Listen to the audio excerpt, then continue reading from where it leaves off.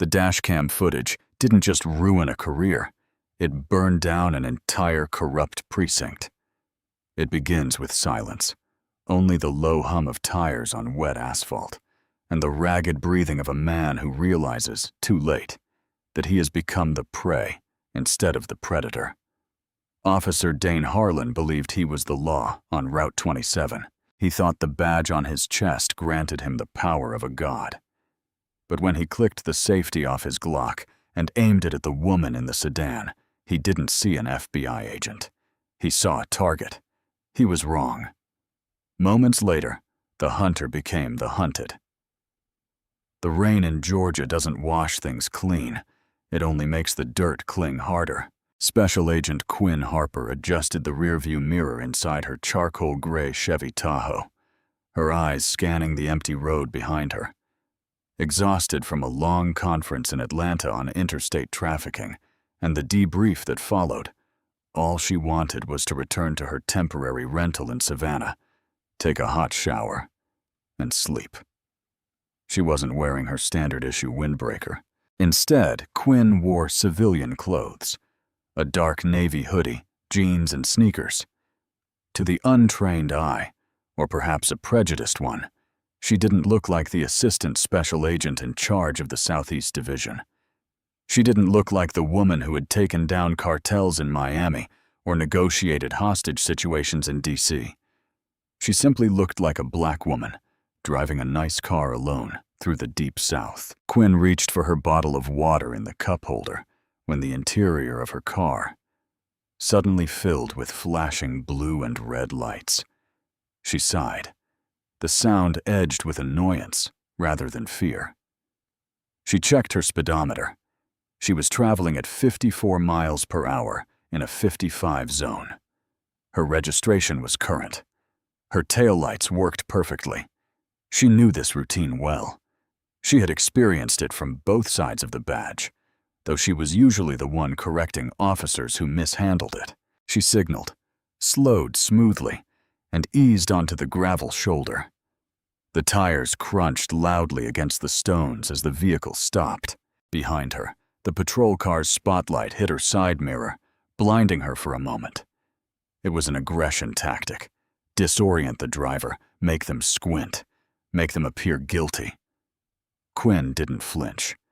She placed both hands on the top of the steering wheel, fingers spread wide and clearly visible. She lowered her window. In the side mirror, she saw the silhouette of the officer approaching.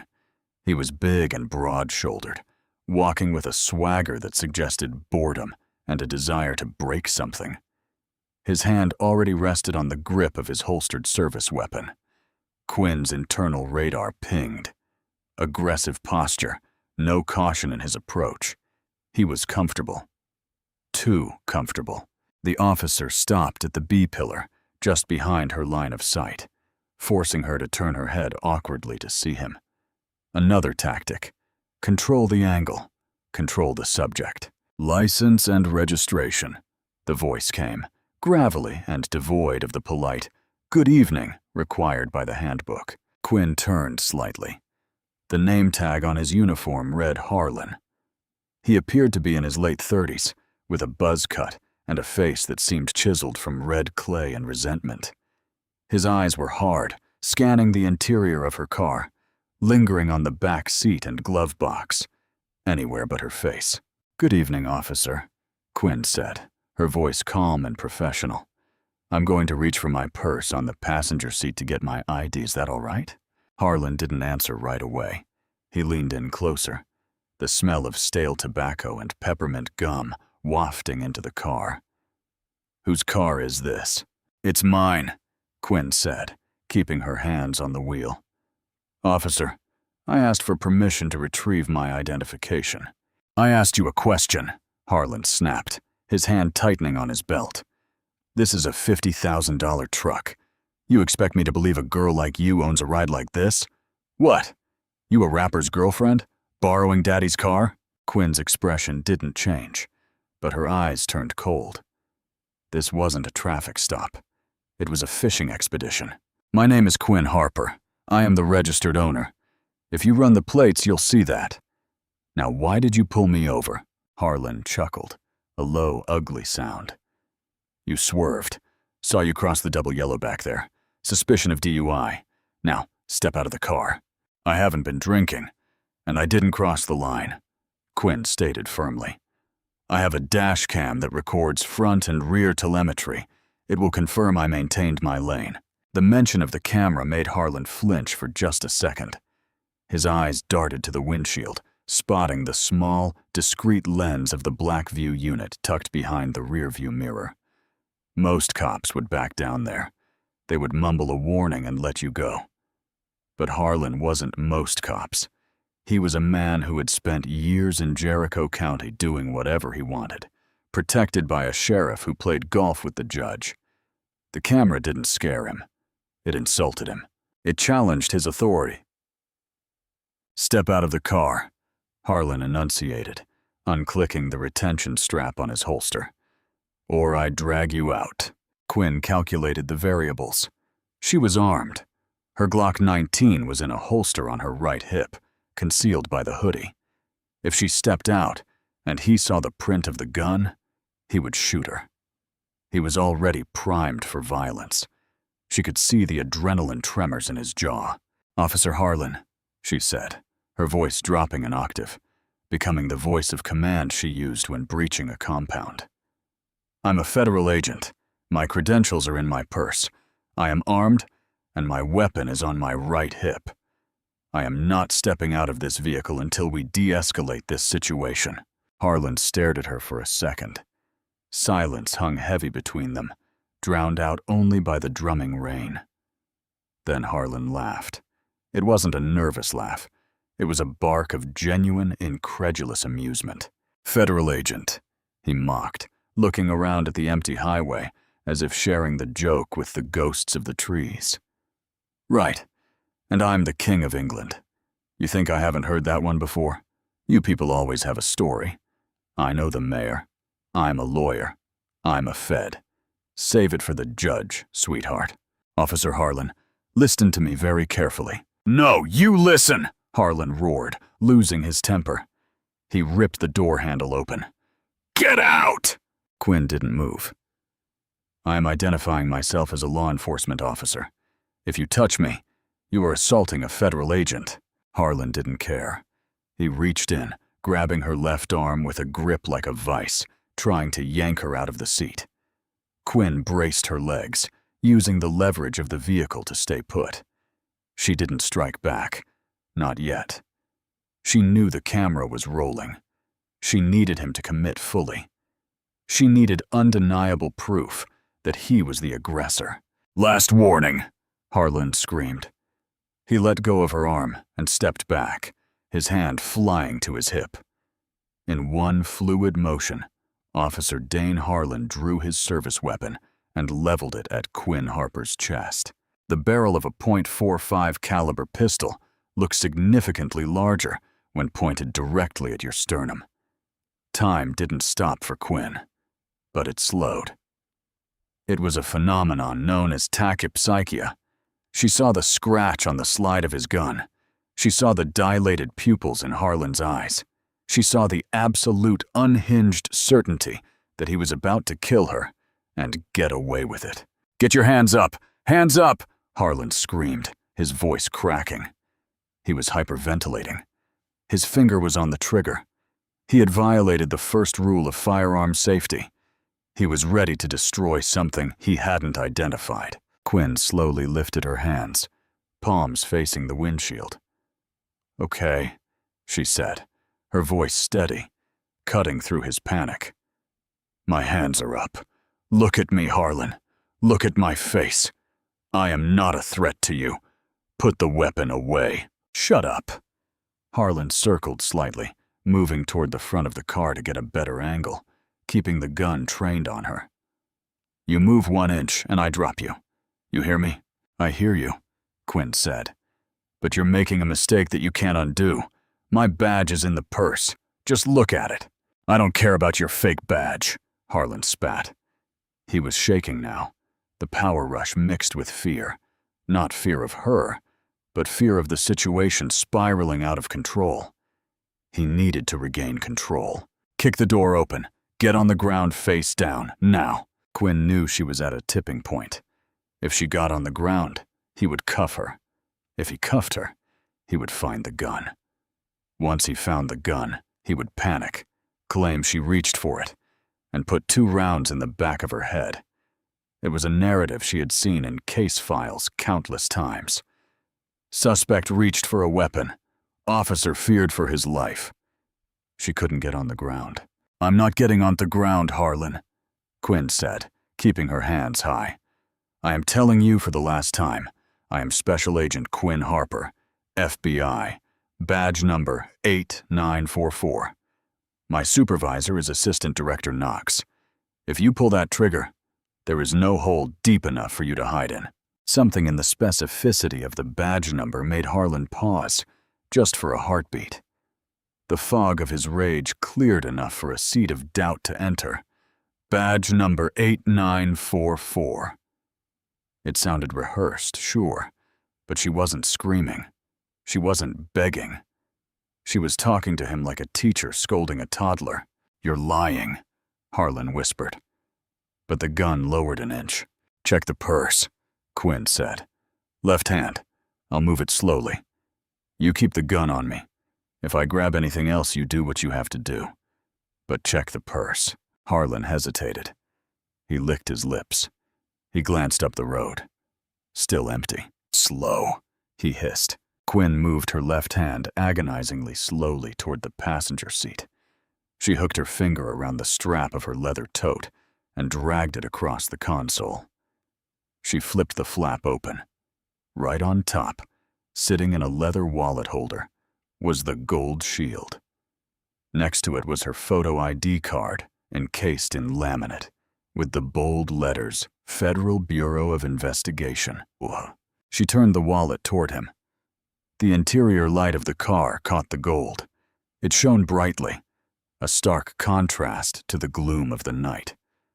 Harlan squinted. He leaned in. The gun still raised, but his posture slumped slightly. He saw the seal. He saw the photo. It was her, the woman in the car. He looked at the badge. Then he looked at her. And then, incredibly, the arrogance returned. He let out a short, incredulous huff. He holstered his gun, but he didn't apologize. He didn't step back. He crossed his arms and leaned against her doorframe, a smirk playing on his lips. "Well, I'll be damned," Harlan said, shaking his head. "You actually went and got a prop made. That's cute. Where'd you buy it?" "Porn shop?" Quinn stared at him, stunned by the depth of his denial. "Excuse me?" "You heard me," Harlan laughed, a mocking, condescending sound this time. "I've seen these before. You think because you flash some tin I'm going to salute? You're a civilian, honey, and you're in a lot of trouble. Impersonating a federal officer. That's a felony. I'm adding that to the DUI.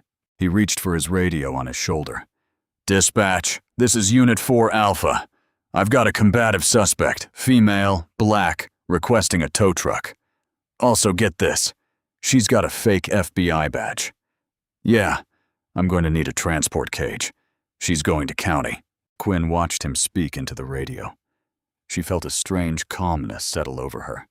It was the calm of the storm's eye. He had just called it in.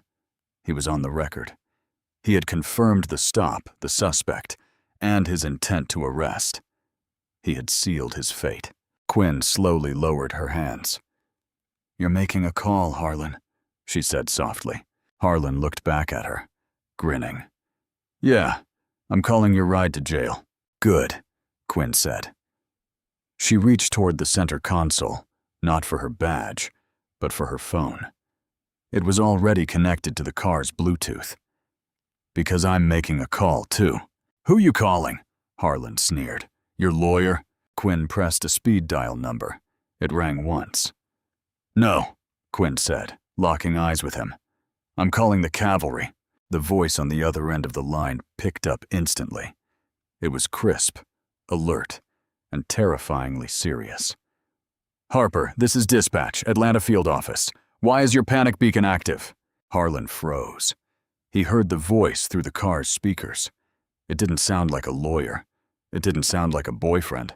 It sounded like a tactical operations center. "Identify," Quinn said clearly, staring at Harlan. "Agent in distress. I have an armed hostile at my window. Local law enforcement, Officer Dane Harlan, Jericho County PD. He has brandished a weapon. He is attempting an unlawful arrest. He has refused to acknowledge credentials. I am requesting immediate assistance." "Copy that, Agent Harper." The voice boomed, filling the cabin. "We have your GPS coordinates. We have a tactical team returning from the I-85 sting, minutes out. Chopper is minutes out. Highway Patrol is being notified to shut down Route 27. Do not engage unless fired upon. Help is coming." Harlan's face went from flushed red to a pale, sickly gray in the span of seconds. He looked at the radio in his hand. Then he looked at the sky. In the distance, above the sound of the rain, came the rhythmic thumping of rotors cutting through the air. Quinn smiled. It was a cold, sharp smile. "You hear that, officer?" she asked. "That's not eBay." The sound of a helicopter at close range is not just a noise. It is a physical pressure. It vibrates in the chest, rattles the teeth, and turns the air into a chaotic cyclone of water and wind.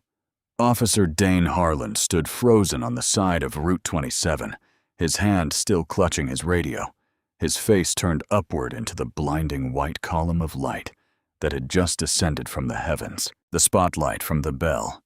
429 Global Ranger pinned him to the asphalt like an insect under a microscope. The rain now whipped sideways, stung by the rotor wash, slapping against Harlan's face. He squinted, trying to shield his eyes, but there was nowhere to look. The darkness of the Georgia night had been obliterated. Then came the ground units. They didn't come with sirens wailing. They came with speed and precision.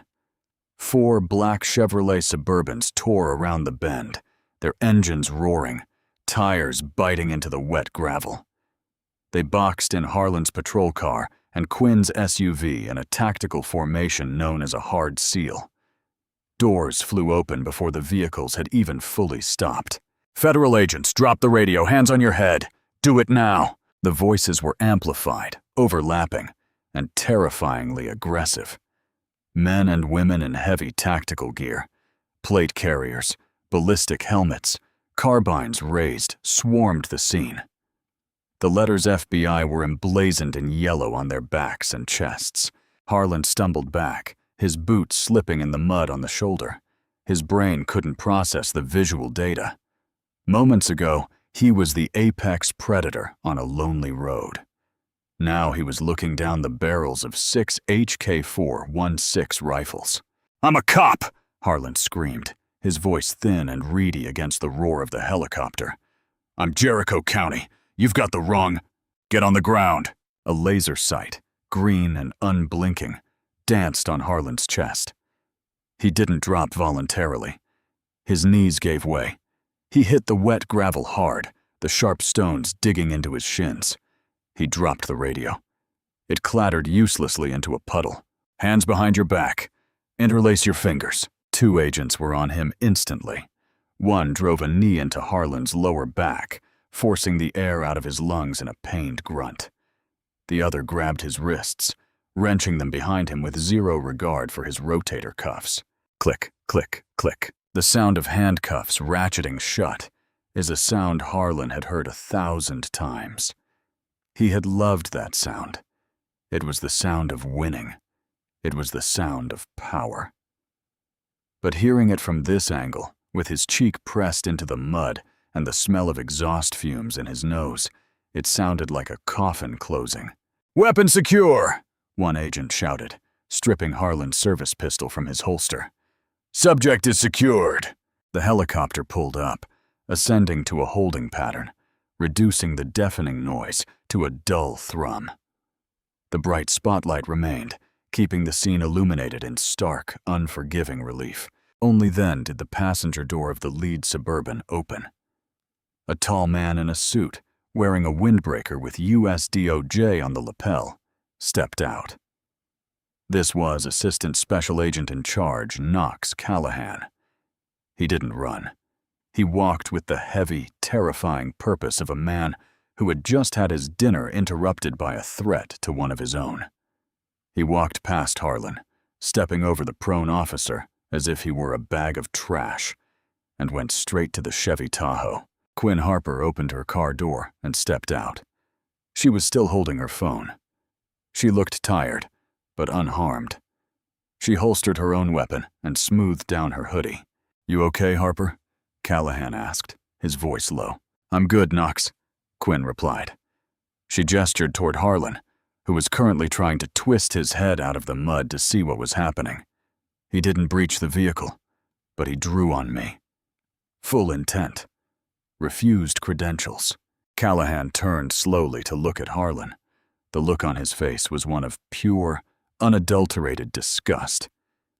"Get him up," Callahan ordered the tactical team. The agents hauled Harlan to his feet. He was dripping wet, mud smeared across his uniform, his face red with a mix of exertion and humiliation. "You can't do this," Harlan sputtered, finding his voice. "I am a sworn officer of the peace. This is kidnapping." "I want my union rep. I want Sheriff Whitaker." Quinn Harper walked over to him. She stood 2 feet away, just out of headbutt range. She looked him up and down, her expression unreadable. "You wanted to check my ID, Harlan," Quinn said softly. She reached into her back pocket and pulled out the gold shield again. She held it up steady and clear under the floodlights. "Special Agent Quinn Harper," she read, "and you are currently under arrest for assault with a deadly weapon on a federal officer, deprivation of rights under color of law, and false imprisonment. You have the right to remain silent. I strongly suggest you use it." Harlan stared at the badge. The reality finally hit him. The civilian he was going to terrorize, the girl he laughed at, was the woman holding the keys to his life. "This is a mistake," Harlan whispered, his eyes darting around at the circle of armed federal agents. "The sheriff, he won't let you take me." Quinn signaled to the agents. "Put him in the transport. We're going to his precinct." "My house?" Harlan panicked. "Why are we going to my house?" "No," Quinn corrected him, a small, icy smile touching her lips. "By his house, I mean your precinct. We're going to the Jericho County Sheriff's Department. I think it's time we had a talk with this sheriff of yours." The agents shoved Harlan into the back of one of the Suburbans. The heavy door slammed shut, sealing him inside the cage, a cage much smaller and much harder than the one in his patrol car. The convoy of FBI vehicles rolled into the parking lot of the Jericho County Sheriff's Department like a funeral procession for a king who didn't know he was dead yet. The station was a squat brick building built in the 70s, surrounded by a chain-link fence topped with razor wire. It was the heart of Sheriff Holt Whitaker's empire. For years, Whitaker had run this county like a personal fiefdom. He decided who got charged, who got fined, and who disappeared. The lights in the station were blazing. Harlan's frantic radio call before his arrest had obviously triggered an alert. As the Suburbans came to a halt, the front doors of the station banged open. Sheriff Whitaker marched out, flanked by 6 deputies. Whitaker was a mountain of a man, with a gut that strained his beige uniform and a white Stetson hat that cost more than most people's cars. He had a cigar clamped between his teeth and a shotgun held casually in the crook of his arm. He looked at the black SUVs, the federal plates, and the tactical gear of the agents pouring out. He didn't look scared. He looked annoyed. "What in the Sam Hill is this circus?" Whitaker bellowed, his voice booming across the lot. "You boys are a long way from Quantico. Who's in charge here?" Quinn Harper stepped out of the second vehicle. She had thrown on her FBI windbreaker now, the bold yellow letters visible against the navy blue. She walked to the front of the line, flanked by ASAC Callahan and 2 agents carrying MP5s. "I am," Quinn said. Whitaker looked at Harper. He squinted, taking in the black woman in the windbreaker. He chuckled, looking at his deputies. "You gotta be kidding me. You're the one Harlan called in. The impersonator." "I'm Special Agent Harper," she repeated, ignoring his tone. "And we have your officer, Dane Harlan, in custody." "You don't have custody of jack squat in my county unless I say so," Whitaker spat, stepping forward. He rested his hand near the trigger guard of his shotgun. It was a subtle threat, but a threat nonetheless. "Now, you release my deputy and you get these vehicles off my lot before I arrest the whole lot of you for obstruction of justice." The tension in the air was thick enough to choke on. The local deputies had their hands on their holsters. The FBI agents had their rifles at the low ready. It was a standoff, a Mexican standoff in the heart of Georgia. Quinn didn't flinch. She took a step closer to Whitaker, entering his personal space. "Sheriff," she said, her voice calm but projecting clearly, "I don't think you understand the gravity of the situation. We have dashcam footage of Officer Harlan holding me at gunpoint without cause. We have him on audio refusing to acknowledge federal credentials, and we have him attempting an unlawful arrest. Harlan's a good boy," Whitaker dismissed. "He's aggressive. That's what we need out there. Maybe you were driving erratic. Maybe you looked suspicious. That's his call, not yours." "It's not his call anymore," Callahan interjected, stepping up beside Quinn. "Sheriff, this is a federal investigation now under Title 18, Section 242. If you interfere, you are an accessory. And looking at this reception," Callahan glanced at the shotgun, "I'd say you're bordering on conspiracy." Whitaker's face turned a shade of purple. "You threatening me, son? I am the elected official of this county, and I am the United States Department of Justice," Callahan shot back. "And right now, your election doesn't mean a damn thing." Suddenly, the back door of the lead Suburban opened. 2 agents dragged Harlan out. He was still cuffed, looking disheveled and terrified. "Sheriff!" Harlan yelled, seeing his boss. "Sheriff, tell them who I am. Get these cuffs off me." Whitaker looked at Harlan. He saw the fear in his deputy's eyes. He saw the absolute dominance of the federal force arrayed against him. Whitaker was corrupt, but he wasn't stupid. He knew how to count, and he knew that fighting the FBI on his own doorstep was a losing war. Whitaker's eyes narrowed. He looked at Quinn, then back at Harlan. The calculation happened in seconds. Save the deputy and sink the ship, or cut the limb to save the body. Whitaker slowly lowered the shotgun. He took the cigar out of his mouth and spat on the pavement. "Harlan," Whitaker said, his voice flat. "Jim, come on," Harlan pleaded. "They set me up." "Shut up, Dane," Whitaker said. He turned to Quinn. "You say you got video? 4K resolution?" Quinn lied smoothly. It was only 1080p, but Whitaker didn't know that. "Audio and visual crystal clear," Whitaker sighed. He looked at his deputies. "Stand down, boys." The deputies hesitated, then slowly took their hands off their weapons. The air rushed out of the parking lot. "You want to process him?" Whitaker asked Quinn, his tone shifting from aggression to a cold, bureaucratic negotiation. "You can use interrogation room B, but I want my lawyer present and I want a copy of that tape." "You'll get a copy when the U.S. attorney sees fit," Quinn said. "And as for the lawyer, Harlan can call whoever he wants. But we're taking the room, and we're taking his locker, and we're taking his logs." Whitaker stiffened. "His locker? Everything," Quinn said. "Unless you have something to hide, Sheriff." Whitaker stared at her with hate in his eyes. He knew. He knew what was in Harlan's locker. He knew what kind of souvenirs Harlan kept. If they opened that locker, it wasn't just Harlan going down.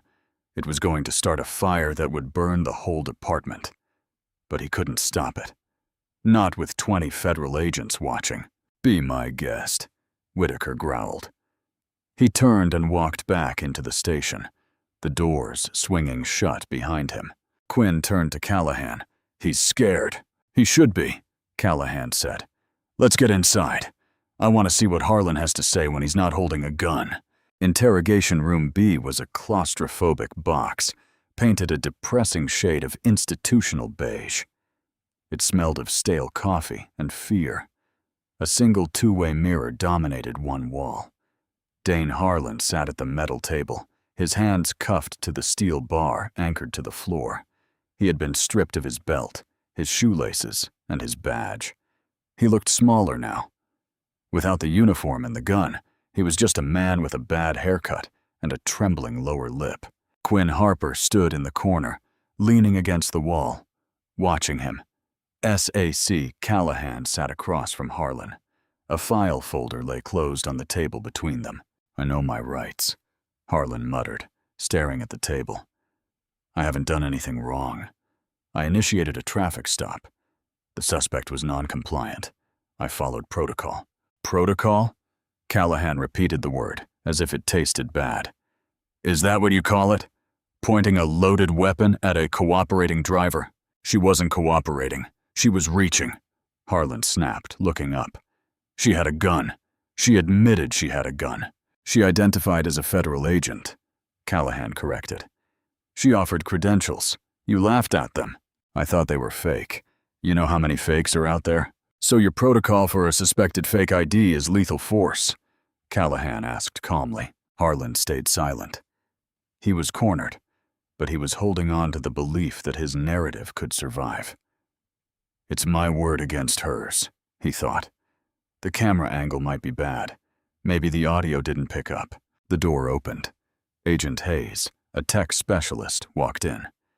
He carried a laptop and placed it on the table facing Harlan. "We pulled the footage from Agent Harper's Blackview cloud server," Hayes said. "And we also pulled the footage from your dashcam, Harlan. Surprisingly, your body cam was malfunctioning at the time. Convenience, right?" Harlan swallowed hard. "Let's watch a movie," Quinn said from the corner. Hayes pressed play. The screen showed the split view. The front view showed the empty road. Quinn's perfect lane discipline. No swerving, no crossing the yellow line. The interior view showed Quinn. She was calm. Her hands were on the wheel. Then the lights flashed. Harlan watched himself approach the car. He heard his own voice dripping with unprovoked aggression. "You expect me to believe a girl like you owns a ride like this?" Harlan flinched at the audio. It sounded worse in the quiet room. It sounded racist. It sounded hateful. Then the gun came out on the screen. Quinn's hands were clearly visible. She wasn't reaching. She was surrendering. And Harlan looked like a maniac. He was screaming, shaking, escalating a situation that didn't exist. "I don't care about your fake badge." The video ended. The silence in the room was deafening. "That," Callahan said, pointing at the screen, "is 20 years minimum. Kidnapping, aggravated assault, civil rights violations." Harlan's face was pale. "I was under a lot of stress. My divorce. I didn't mean—" "Save it," Quinn said, pushing off the wall. She walked to the table. "That video is bad, Harlan, but it's not the worst part." Harlan looked at her. "What?" Quinn placed a cardboard evidence box on the table. She opened the lid. Inside were 7 driver's licenses. All of them belonged to women. All of them were black or Hispanic. "We opened your locker, Dane," Quinn said, her voice dropping to a whisper. "Sheriff Whitaker tried to stall us, but we got the warrant signed by a federal judge in Atlanta about 10 minutes ago." Harlan stopped breathing. "Who are these women?" Quinn asked, picking up one of the licenses. "Lila Johnson. Stopped on Route 27. No arrest record. No ticket issued. But you kept her license. Why?" She picked up another. "Isabel Ramirez. Stopped on Route 27. Same story. You kept the ID." Quinn leaned in close, her eyes boring into his. "We called Lila Johnson on the way over here, Dane. Do you know what she said? She said you told her that if she did a favor for you, you wouldn't take her to jail for the meth you claimed you found in her car." "Meth? That wasn't hers." Harlan began to shake violently. The defiance was gone. The arrogance was ash. "That's a lie," he croaked. "We have 7 IDs, Callahan said. That's 7 witnesses, 7 victims. And now that we have you in custody, and now that they know the FBI is involved, they are going to talk. They are going to tell us everything." Quinn slammed her hand on the table, making Harlan jump. "You weren't just a bad cop, Harlan. You were a predator. You used that badge to hunt women. You used Route 27 as your personal trap.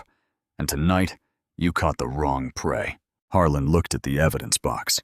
He looked at the laptop screen, where his career had just died. He realized that Sheriff Whitaker wasn't coming to save him. Whitaker was probably shredding documents right now to save himself. Harlan put his head in his hands and began to sob. It wasn't a cry of remorse. It was the pathetic, selfish cry of a bully who had finally been punched back. "I want a deal," Harlan wept. "Please, I can give you Whitaker. I can give you the department. Just don't put me in general population, please." Quinn stood up straight, looking down at him with zero sympathy. "You'll get the deal the U.S. attorney offers," she said. "But Dane, you're going to prison, and everyone inside is going to know exactly what kind of cop you were." She turned to Callahan. "I'm done with him. Book him." As Quinn walked out of the interrogation room, leaving the sobbing man behind, she felt the fatigue finally hit her. But she also felt lighter. She walked out into the bullpen of the station. The mood had shifted. The deputies who had been aggressive in the parking lot were now sitting at their desks, heads down, pretending to work. They avoided eye contact. They knew the castle had been breached. Quinn saw Sheriff Whitaker in his glass-walled office. He was on the phone, looking frantic. He saw Quinn looking at him. He stopped talking. Quinn held his gaze. She raised 2 fingers to her eyes, then pointed at him. "I see you." She wasn't done. Harlan was just the first domino. Into his sentence at the Federal Detention Center in Atlanta, Officer Dane Harlan was no longer the swaggering tyrant of Route 27. He was inmate number 4922, and he was talking fast enough to choke. The deal had been simple. Total transparency for safety. If Harlan wanted to avoid being thrown into the general population at a maximum security penitentiary immediately, a death sentence for a dirty cop, he had to give up the king. Quinn Harper sat behind the glass in the observation room, arms crossed, listening to the audio feed. Beside her, ASAC Callahan took notes. "Whitaker runs the tow yard," Harlan stammered, his hands shaking as he held a styrofoam cup of water. "Every car we seize, if it's got cash, drugs, or guns, it doesn't go to evidence. It goes to the overflow lot on County Road 9, to Whitaker's brother-in-law. He strips the cars. We split the cash. The drugs, Whitaker sells them back to the dealers in the next county over." The federal prosecutor, a sharp-eyed woman named Sloane Voss, leaned in. "And the women, Dane? The IDs in your locker?" Harlan flinched. "That was just me. Whitaker knew, though. He knew I liked to screen the drivers. He told me as long as I didn't pull over anyone local who voted for him, he didn't care what I did to the transients. What happens on the asphalt stays on the asphalt, he used to say." Quinn felt a wave of nausea, but she shoved it down. This was the breakthrough. It wasn't just corruption. It was a systemic machine of predation. "We have enough for a RICO predicate," Callahan muttered. "Racketeer-Influenced and Corrupt Organizations Act. We can take down the whole department." "Let's go get him," Quinn said, turning for the door. At his ranch, a sprawling property bought on a policeman's salary that somehow included a heated stable and a private lake, Sheriff Holt Whitaker was in his study, frantically feeding documents into a heavy-duty shredder. He knew Harlan would fold. He knew the feds were coming. He just needed to destroy the ledger, the black notebook where he kept track of the payoffs. He heard the crunch of gravel on his driveway. He paused, expecting to hear a siren. There were no sirens. Whitaker walked to the window and peered through the blinds. His blood ran cold. It wasn't just a patrol car. It was an armada. An FBI Bearcat armored vehicle was smashing through his front gate, tearing the wrought iron off its hinges. Behind it, a dozen SUVs streamed onto the lawn. "FBI, search warrant. Come out with your hands up." The voice on the loudspeaker was deafening. Whitaker looked at the shredder. He looked at the shotgun on his wall. He realized it was over. The empire he had built on intimidation and silence had crumbled in hours. All because one of his bullies picked a fight with the wrong woman. He opened the front door. Quinn Harper was standing behind the riot shield of the lead tactical officer. She wasn't wearing a hoodie this time. She was in full tactical gear, her badge displayed prominently on her chest. Whitaker walked out, hands raised. He looked defeated, old and small. "Sheriff Holt Whitaker," Quinn announced, her voice ringing out across the quiet morning. "You are under arrest for conspiracy, money laundering, drug trafficking, and obstruction of justice." As the agents cuffed him, Whitaker looked at Quinn. "You think you won?" he spat, trying to salvage one last scrap of dignity. "You think this changes anything? There's always another Harlan. There's always another me." Quinn stepped closer, looking him dead in the eye. "Maybe," she said coolly. "But they'll remember what happened to you, and they'll think twice."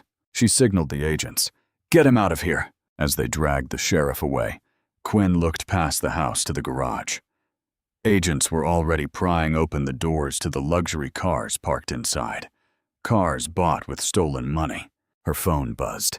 It was a text from the forensics team back at the precinct. Subject: Harlan's dashcam archive. Message: "We found more. We found the deleted files. We have 14 other incidents. We're contacting the victims now."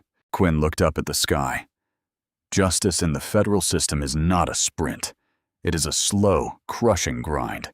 For the residents of Jericho County, the months following the arrests felt like holding a collective breath. But when the exhale finally came, it shattered the earth. The trial of United States versus Dane Harlan and United States versus Holt Whitaker became a media spectacle dubbed by the press as the Jericho Purge. The federal courthouse in Atlanta was packed to capacity every single day. The air inside was thick with the scent of floor wax and nervous sweat. In the front row of the gallery sat the Jericho survivors. They were a silent wall of 11 women, including Lila Johnson and Isabel Ramirez, who had been terrorized, extorted, and humiliated by Harlan. They didn't speak. They didn't shout. They simply stared at the back of Harlan's head, their presence a heavy, suffocating weight on his conscience. On the final day of testimony, Special Agent Quinn Harper took the stand. She was the personification of karma. When the prosecution played the dashcam footage, the courtroom fell into a dead silence. On the giant monitors, the jury watched Officer Harlan laugh. They watched the cruelty in his eyes. They watched him level a loaded weapon at a woman's chest simply because he wanted to feel powerful. Harlan's defense attorney, a sweaty man in an ill-fitting suit, tried to paint a picture of a stressed public servant. He argued that Harlan was suffering from PTSD, that he made a split-second error in judgment in a high-crime area. The jury didn't buy it for a second. When the jury foreman stood up to read the verdict, Harlan was trembling so violently that his handcuffs rattled against the defense table. On the count of deprivation of rights under color of law, we find the defendant, Dane Harlan, guilty. On the count of aggravated assault with a deadly weapon, guilty. On the count of kidnapping, guilty. The guilty verdicts rang out like hammer strikes, 22 times in total. Sheriff Holt Whitaker fared no better. The RICO charges stuck like glue. The jury found that he had turned the Jericho County Sheriff's Department into a criminal enterprise. The King of Jericho was dethroned. Then came the sentencing. The Honorable Beckett Weiss, a federal judge known for his icy demeanor and zero tolerance for corruption, adjusted his spectacles and looked down at Harlan. Harlan stood clad in an orange jumpsuit, tears streaming down his face. He looked small. The bully was gone, replaced by a terrified child. "Mr. Harlan," Judge Weiss's voice boomed, echoing off the mahogany walls. "You were entrusted with a badge, a symbol of protection. Instead, you used it as a license to hunt. You didn't just break the law. You broke the public trust. You preyed on the vulnerable because you thought no one was watching. You were wrong." Judge Weiss paused, letting the weight of the moment settle. "Dane Harlan, I sentence you to 22 years in federal prison without the possibility of parole. Holt Whitaker, for your role as the architect of this corruption, you are sentenced to life in prison." As the gavel came down with a final thunderous crack, Harlan looked back at the gallery. He locked eyes with Quinn Harper. She didn't smile. She didn't gloat. She just gave him a single slow nod, a final seal of closure, the hard karma. But the story didn't end in the safety of the courtroom. The real karma, the hard, brutal recoil of the universe, waited for Harlan inside the concrete belly of USP Coleman, a high-security federal penitentiary. Harlan knew what happened to cops in prison. He had begged his lawyer for protective custody. He had pleaded to be kept in the special housing unit, isolated from the general population. It was his only chance of survival.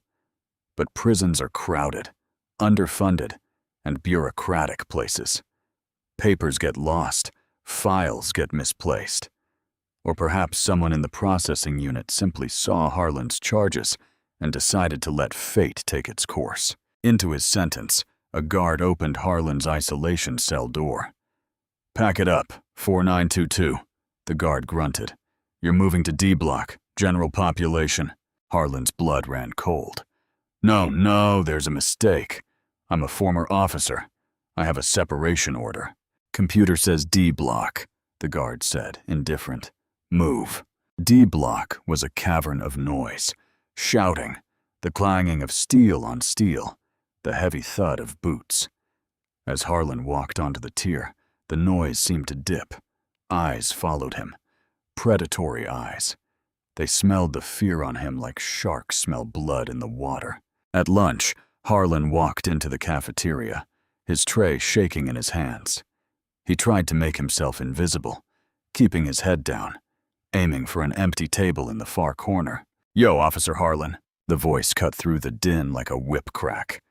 Harlan froze. He knew that voice. He slowly turned around. Sitting at a table 10 feet away was Darius T-Bone Ramsey. Harlan remembered him vividly. Years ago, on a slow day, Harlan had planted a bag of cocaine in Ramsey's truck just to meet a monthly arrest quota. Ramsey had lost his job, his house, and years of his life. Ramsey stood up. He wasn't smiling. He was massive, his arms covered in tattoos, his eyes burning with a cold, patient hatred. The entire cafeteria seemed to go quiet. The other inmates at Ramsey's table stood up, flanking him. In prison, news travels faster than light. Everyone knew the new fish was a dirty cop, a cop who hurt women, a cop who planted evidence. Harlan dropped his tray. Mashed potatoes and green beans splattered across the linoleum. He stumbled backward, bumping into a corrections officer patrolling the aisle. Harlan grabbed the guard's arm, panic seizing his chest. "Help me!" Harlan squealed, pointing at Ramsey. "You have to help me! They're going to kill me!"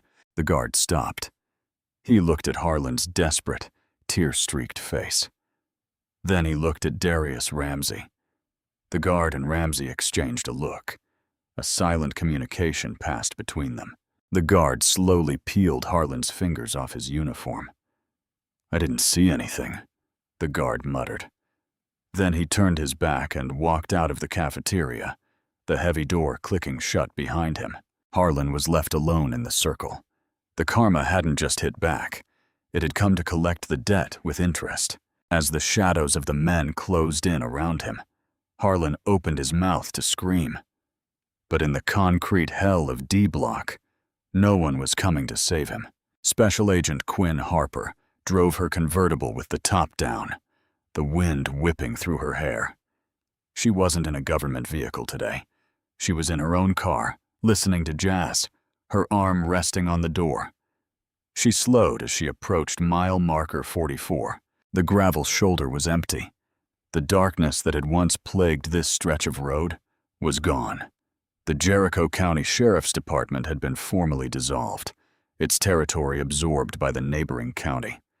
The corrupt deputies had been fired, and a new precinct with strict federal oversight and body cam mandates had been established. Quinn touched the gold badge clipped to her belt. She had recently been promoted to special agent in charge of the entire Atlanta division. She looked at the empty spot where Harlan had once tried to destroy her.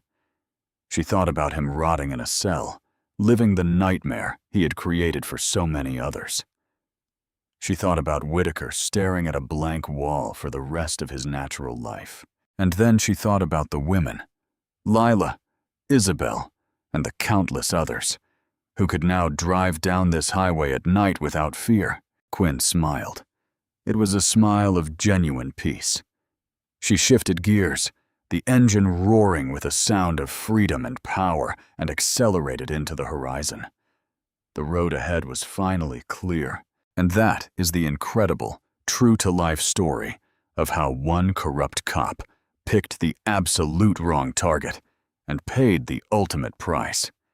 It's a terrifying reminder that power reveals who a person really is, but it also proves that no badge is shiny enough to hide the truth forever. Officer Harlan thought he was the law, but he found out the hard way that there is always a bigger fish. If this story got your heart racing, make sure to hit that like button. It really helps the channel grow. What do you think about the sentence Harlan got? Was 22 years enough, or did he deserve more? Let me know in the comments below. Type "justice served" if you're glad he got caught. Don't forget to subscribe and ring the bell so you never miss a new story of instant karma, law enforcement takedowns, and dramatic twists. Thanks for watching and stay safe out there.